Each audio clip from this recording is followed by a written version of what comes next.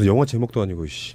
지금 제국의 위안부 작가인 세종대 박유화 교수가 1심 무죄 판결을 받았는데요. 이게 지금 뒤에 나올 표창원 누드 키워드와 연관성이 있습니다. 여기서 지금 명예훼손 했다고 하는 것과 재판부의 판결은 표현의 자유를 예로 들었거든요. 서로 간에 이렇게 상충되는 그런 이슈예요. 사실 알고 보면은.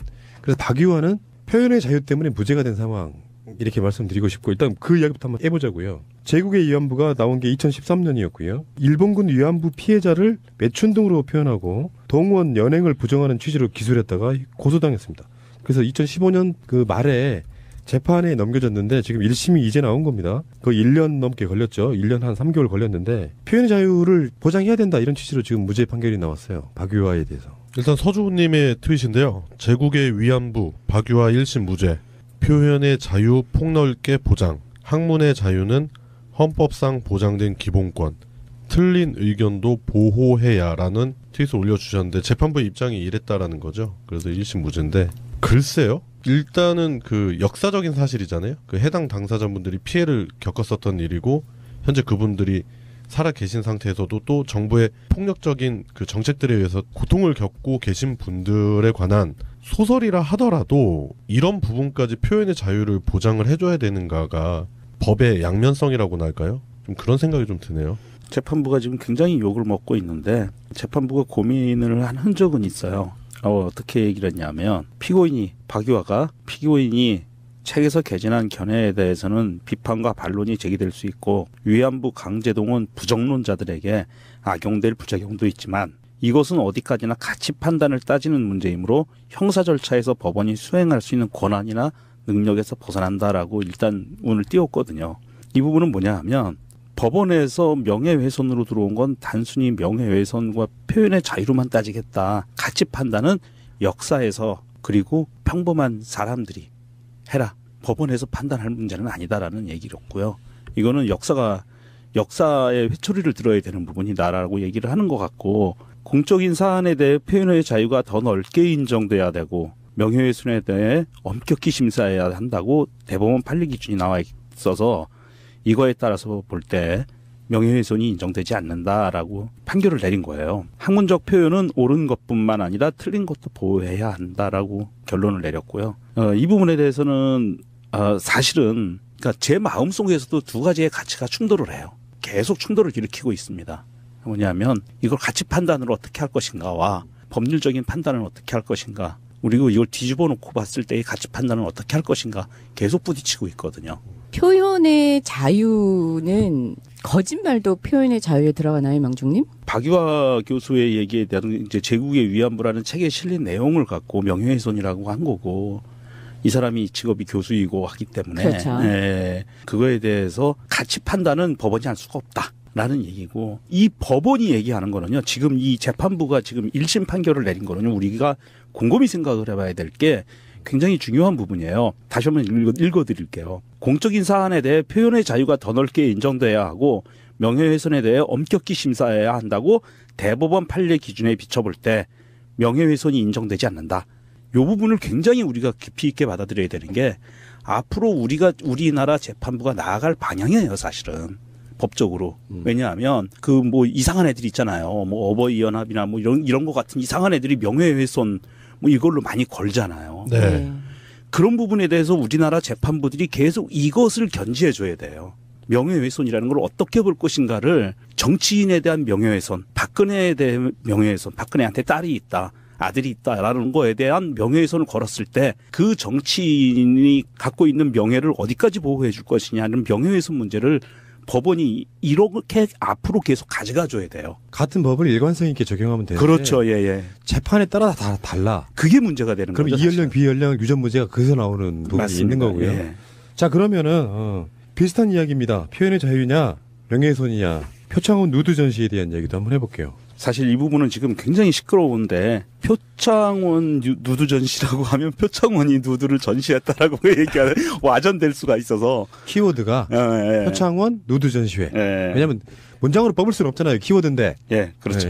국회 내에서 그 전시회가 예술작품 전시회가 열렸는데 거기에 뭐 표창원이 그린 것도 아니고 자기가 뭐 명령한 것도 아니고 그런데 박근혜와 모네의 작품이 합성이 된 그림이 올라왔죠. 그것 때문에 지금 굉장히 시끄러워요, 사실은.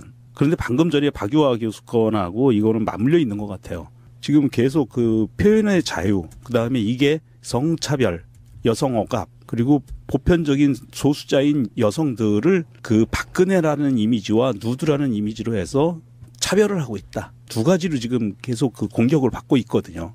심지어 같은 당 내에서도. 일전에 DJ DOC 노래 중에 미스바크 표현 때문에 일었던 논란도 한 번 좀 있었죠. 비슷한 이유가 되겠네요. 근데 일단요. 제가 오늘 같은 날 정치인들과 방송하는 게 있잖아요. 네. 거기서의 어떤 반응, 정치인들의 생각 들어봤어요 이미. 방송은 거의 동시에 나갈 거예요. 여러분들의 생각 어떠실지 한번 자유롭게 한번 토론 한번 해봐요. 그쪽 시각과 이쪽 시각이 얼마나 다른지를 방송을 통해서 여러분들이 정치인들의 시각을 알고 싶으시면은 민정당 검색하셔가지고 꼭 들어보시기 바라고요. 민정당이에요. 국민라디오. 우리 같은 일반인들은 또 어떻게 생각하는지를 한번 들어보고 싶습니다. 저는 일단 2016년 6월경에 있었던 홍대 앞 일베 동상 논란이 좀 비슷한 사건이라고 생각을 하는데요. 그때 당시에도 일단 그게 이제 현장에서 파손한 사람이 재물손괴죄로 현장에서 바로 구속이 됐고요. 네. 그리고 추후에도 홍대 측에서 그 동상을 고의적으로 치우진 않았습니다. 그 왜 그러냐면 일단 예술가의 표현의 자유를 보장을 해줘야 된다였었고 작품 의도도 나중에 설명이 좀 됐었던 부분이 있긴 있었지만 이번 것도 좀 비슷한 이유로 같이 봐야 된다고 생각을 하는 게 일단 패러디 작품으로 올려놨는데 그 부분이 현직 대통령을 모욕한다는 의미로 해석한 그 보수 단체 사람들이 국회까지 침입을 해가지고 그 작품을 훼손하는 그런 모습 자체로 봤을 때 예술가한테 보장돼야 되는 표현의 자유는 일정 부분 이 안에서 보장이 돼야 된다는 부분이 생기는데 그리고 이 그림 자체가 여혐 논란으로 간다는 거는 전 좀 이해가 안 돼요. 박근혜라는 사람이 여성 자체를 대변한다고 생각하지도 않고 그리고 그 그림 자체가 여성 혐오를 불러 일으키거나 아니면 성적인 거를 강조했다고 볼 수 없는 정황이 좀 많이 있는 것 같다는 생각이 듭니다. 표창원 의원이 이번 일로 인해서 새누리당 측에서는 국회 윤리위에 회부를 했고요. 민주당에서는 자체 징계 때문에 윤리에 또 회부를 했죠. 네. 윤리심판원. 예. 그래서 양쪽에서 지금 다 비난의 화살을 받고 있고요. 그냥 대놓고 얘기할게요. 남인순 의원 같은 경우에는 여성 혐오주의자라고 하면서 표창원 의원을 공격을 하고 있습니다. 트윗에서. 물론 여성 운동하는 사람들이 그런 경향을 보이고는 있지만 표창원이 주체를 그거를 걸라고 한 것도 아니고 그린 사람도 아니에요. 그런데도 불구하고 그것이 나왔는데 저는 이렇게 봅니다. 과연 국회의원이고 정치인이고 특히 정치인 중에서 국회 배지를 달고 있는 사람들이라면 국회 안에서 그런 대통령 풍자를 하는 누드건 반누드건 따지기 전에 그게 뭐 목을 매달았건 어떤 작품이건 간에 그거를 따지기 전에 국회라는 자기들이 일하는 밥 벌어먹고 사는 신성한 국회에서 열리는 전시회에 깡패 같은 새끼들이 들어와가지고 그 작품을 훼손하고 거기에서 폭력과 폭력적인 언사를 계속 부린 인간 그런 존재 집단 자체에 대해서는 왜 말도 뻥끗 못하냐는 거죠. 그거는 민주당이건 바른당이건 새누리당이건 국민의당이건 정의당이건 똑같아요. 왜 그런 새끼들한테 대해서는 한마디 말도 못하고 표창원에게 대해서만 씹냐는 거예요. 제가 제일 분노하는 부분은 그런 겁니다.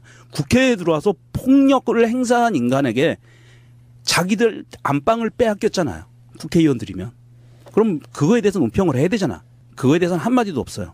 도대체 뭐가 무서운 건데 박근혜까지 끌어내리겠다고 지금 나섰는데 뭐가 무서워서 그리고 아주 쉬운 표창원만 씹어대냐고. 전시회를 주선한 게 표창원이고 작품이 올라갈 거를 사전에 알았다 몰랐다를 떠나서 불편함은 내 거 개인 거잖아요. 그렇죠? 안 보면 되는 거고. 근데 때와 장소라는 게 있다고 생각은 해요, 저는.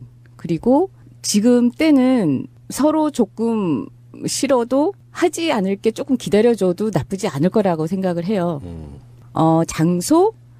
거기 장소이야말로 더 조심해야 되지 않을까라는 개인적인 생각이에요. 새누리당이던 그 민주당이던에서 윤리심판원에 회부한 것 자체는 그 지도부의 결정에는 저는 반대예요.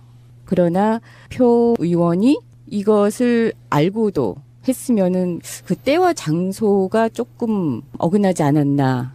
저야말로 자가를 채우고 뭐 그런 거 정말 싫어하는 사람인데도 불구하고 지금 촛불 집회에 나오는 어린 친구들이라든지 뭐 새로 처음 나오는 사람 친구들이라든지 한테 너무 과격한 모습을 보여주기 싫어하는 거하고 비슷하다고 생각해요. 이게 준비 안 된 상황에서 준비 안 된 사회가 너무 많은 걸 너무 빨리 접하다 보면은 부작용이 따르지 않을까라는 우려가 있습니다. 때와 장소? 네, 때와 장소. 근데 반대적으로 생각을 하자면 과거에 새누리당의 전신 한나라당에서 노무현 정부 때 했었던 짓을 생각해 보면 돼요. 그렇죠. 아니 저도 분노해요. 그게 환생경제라는 연극 잘 네, 아시잖아요. 네. 그런 걸 했을 때는 언론이 어차피 기울어져 있는 상황인데다가 그게 그렇다고 해서 크게 알 사람들은 다 알지만 크게 이슈화되지 않은 상황이고 거기서 썼던 국회의원들이라는 사람이 현직 대통령에게 했던 그 모욕적인 언사. 제가 아까 말씀드렸던 그 때와 장소. 그때는 그렇게 해도 찍소리 못하고 있었던 것들. 장소, 연극장, 극장에서 그거를 보면서 낄낄대고 할 수 있는 그 버러지들. 좋냐? 안 좋죠. 싫죠. 그러니까 그 때와 장소라는 게 네. 그렇게 구분을 지으면 안 된다니까요. 연극에서 현직 의원들이 현직 대통령을 그 비하를 넘어섰죠. 완전히 모욕하는 그런 언행을 했던 거는 그때와 장소가 맞는 게 아니고 그 여의도 그 국회에서 그런 그림을 전시한 거는 그때와 장소가 잘못됐다. 그런 기준으로 보면 안 된다는 생각이 들어요. 제 생각을 말씀드리면은 일단 이 시작은 블랙리스트였습니다. 블랙리스트에 대한 문제에 대한 항변으로 예술가들이 그림을 그리는 것에 대해서 표창원 의원이 그걸 받아준 것, 거기까지가 팩트인 거고요. 블랙리스트라고 하는 키워드에 표창원 의원은 굉장히 필이 꽂혔을 겁니다. 항의의 뜻이었을 테니까. 그림 그리는 사람들에 대해서 누드라고 하는 것이 우리는 음담패설 이런 게 아니고요. 야한 게 아니고 예술적인 누드는 어떤 면에서 보면 이런 풍자에서는 분명히 밝아 벗겨지는 민낯, 그 사람들의 적나라한 그 사람들의 모습 이런 뜻일 거라고 생각합니다. 바라보는 관점은 그런 걸 거라고 표창원 의원 자체는 그렇게 시작했을 거라고 보고요. 저는 그건 비난하고 싶은 생각도 없고 정치인들은 어떻게 생각하는지는 민정당을 꼭 한번 들어보세요. 왜 여러분들이 의견을 개진하게 만들었냐면은 이 부분에서는 그런 갭이 있더라. 일반인들과 정치인 사이에 갭이 있는데 지금 민주진보에서 아직도 잘 못하시는 게 있습니다. 이것이 정답이고 저것이 정답이 아니라고 말하는 것이 없다는 거예요. 가치관이 충돌하고 있는 거잖아요.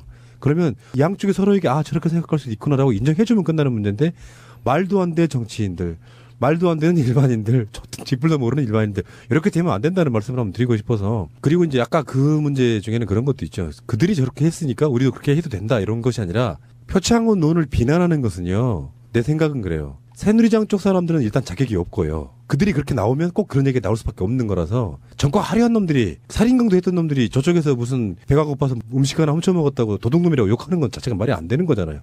새누리당 애들은 그런 걸로 성적 모욕 줘서 지금까지 우리가 당해왔던 게 얼마나 많습니까? 환생경제를 떠나가지고 말할 자격이 없고 내부적으로 그것을 바라보는 가치관이 틀린 사람들끼리 정치인들이든 남녀든 토론할 수 있다고 생각해요. 그러면 세상 발전하는 거니까. 그런데 이제 이 와중에 지금 말씀하신 자격 없는 새누리당의 여성 의원 협의회라는 이것들이 기자회견을 하면서 뭐예요 이게 더러운 자매 표창원 내 마누라도 벗겨주마. 이거는 거의 일배 수준이에요. 도라이 새끼들 아니야 이거. 연들이라니까. 여성협의회, 의원 여성협의회 이렇게 지금 하고 있어요. 이런 것들과 정말 아니 근데 한 세상을 같이 살고 있는 거야 우리는. 자, 저스트 머우먼트. 이게 바로 그들이 노리는 지점입니다. 아직도 우리나라 보수적인 사람들한테는 여자 대통령을 발가벗겼다는 것에 대한 심한 모욕감을 느낄 수 있는 사람들이 많아요. 그 사람들 입장에서 이게 논란이 되고 막 증폭이 막 돼줘야 이게 박근혜 지지를 올리는데 좋아요. 여기까지만 아시죠? 네. 아니 김용민 의원의 트윗을 하나, 김용민의 트윗을 하나. 언제 국회로 들어갔다. 실수했습니다. 저기 프로 방송인 김용민 씨의 트윗을 하나 올려드리겠습니다. 표창원은 박근혜가 먹어야 할 욕에 갑절을 먹고 있습니다. 당연합니다. 박근혜보다는 표창원 욕하는 게 훨씬 쉽고 안전하거든요. 그러네. 좋은 말씀이셨고요. 아까 제가 제국의 위안부 때도 잠깐 말씀을 드렸는데 사실은 이 제국의 위안부 박유화 건하고 그다음에 이번에 표창원 의원이 연관된 전시회 누드 전시회에 관련된 것 때문에 가치관의 충돌을 계속 겪고 있어요. 저 스스로도 제 안 속에서도 꼰대즘과 꼰대이즘, 꼰대스러운 생각과 진보스러운 생각이 속에서 충돌을 계속 일으키고 있거든요. 이렇게 생각하면 이게 맞고 저렇게 생각하면 저게 맞고 이렇게 얘기하니까 저게 틀리고 이렇게 저렇게 보니까 또 이게 틀리고 굉장히 어려워요. 이게 이거 자체를 이렇게 뭐 한 사람의 패륜이라든지 막 이렇게 몰고 가기보다는 그동안 우리나라 사회가 얼마만큼 이런 부분에 대해서 열려있는 토론과 가치관 정립을 위해서 노력을 하지 않았는가라는 방증인 것 같아요. 굉장히 많은 토론을 통해서 사회적인 공통적인 가치관들을 만들어 나가야 될 때라고 생각을 합니다. 그 사건을 바라보는 사람들의 시각이 다 달라요. 예. 다 달라. 그런 것들이 어느 쪽이든 존중해주는 쪽으로 가는 게 일단 중요하다고 생각해요. 근데 거기에 이제 그런 방식. 표창원 부인이 무슨 잘못이 있습니까? 박근혜는 잘못한 당사자이기도 하고요. 모욕감을 느낄 수는 있지만 표창원 의원 부인이 무슨 잘못이 있습니까? 네. 그런 방식은 아니죠. 예. 새가 날아든다.